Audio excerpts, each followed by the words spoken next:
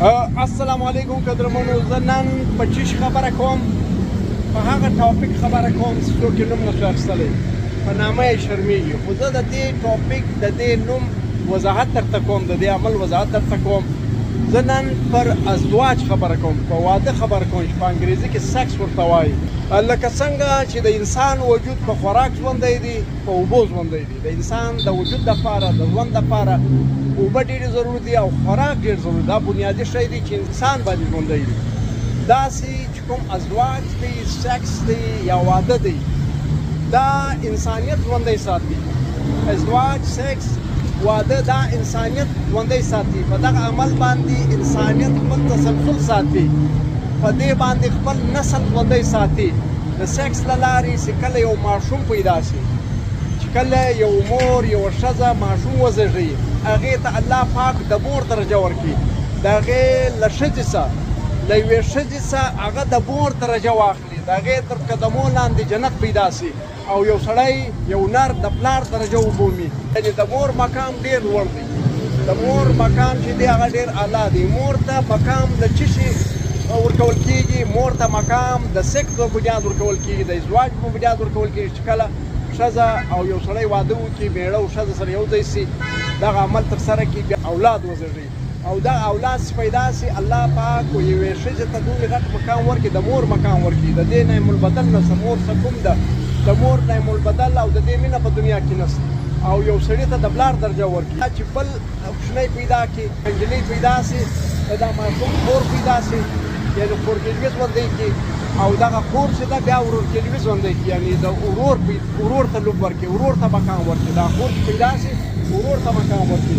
دا ورور چې دی بیا خور ته مقام ورکړي، خورګلوي او ورورګلوي ژوندی. دا ډېر مقدس پاک رشتې دي.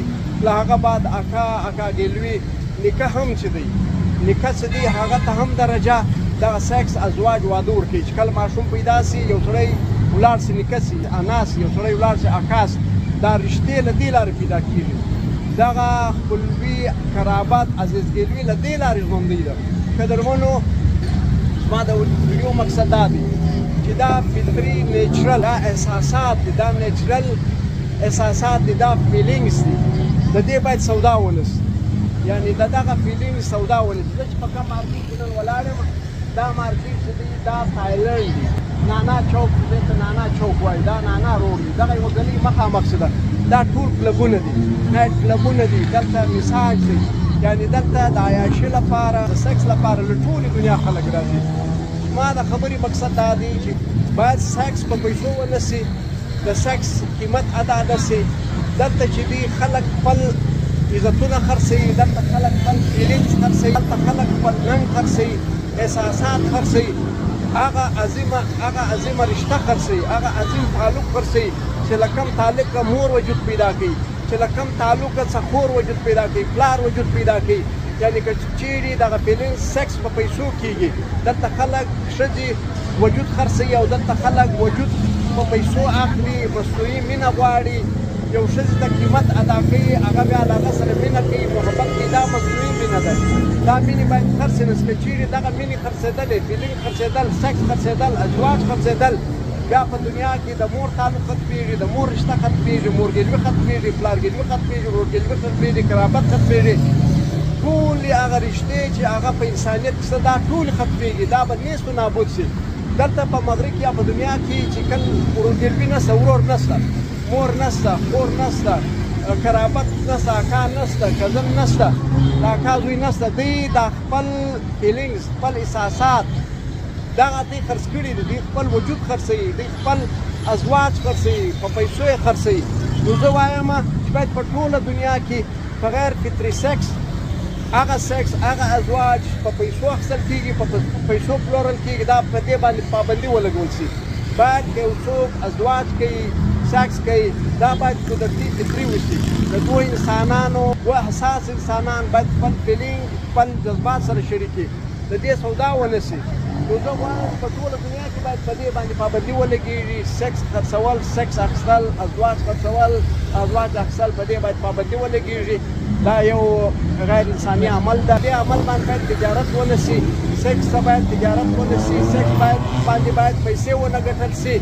نو دغه زما خیالات و، دغه زما ویوز وو دا ما د سکس په بنیاد وکړي سکس ازدواج په دې باندې څوک خبره نه کوي په موږ کې دا عمل ډېر ګناه ګرځېدلی دی او دا یو ډېر مقدس ډېر افضل عمل دی که چیرې نکاح وتړل سي او که چیرې د انساني چوکاټ کې اوسي او که چیرې د بشریت احترام اوسي له دې لارې ټول انبیا کرام چې دي له دې لارې پیدا سوي دي او له عیسی علیه السلام ماسه وه له عیسی علیه السلام ماسه وه نور څه انبیا کرام دي ولیان دي پیران دي باچاهان دي ښه خلک دي بد خلک دي دا له دې لارې پیدا سوي دا د انسانیت تسلسل دی دغه لار مه بدناموئ په دې پسې تاسو منفي تبلیغات مه کوئ باید موږ دغه انساني چوکاټ ته راواړو اسلامي چوکاټ ته راواړو شرعي چوکاټ ته په عیسایت کې هم نکاحوې تړل کېږي په بودمت کې هم نکاحوې تړل کېږي په هندو مذهب کې هم نکاحوې تړل کېږي په هر مذهب کې د دې یو چوکاټ ده له دې چوکاټه بغیر باید سکس ونه سي سکس خرڅ نه سي سکس څوک په پیسو ونه کړي څوک فیلینګس په پیسو واده کوي ونړې مننه مهرباني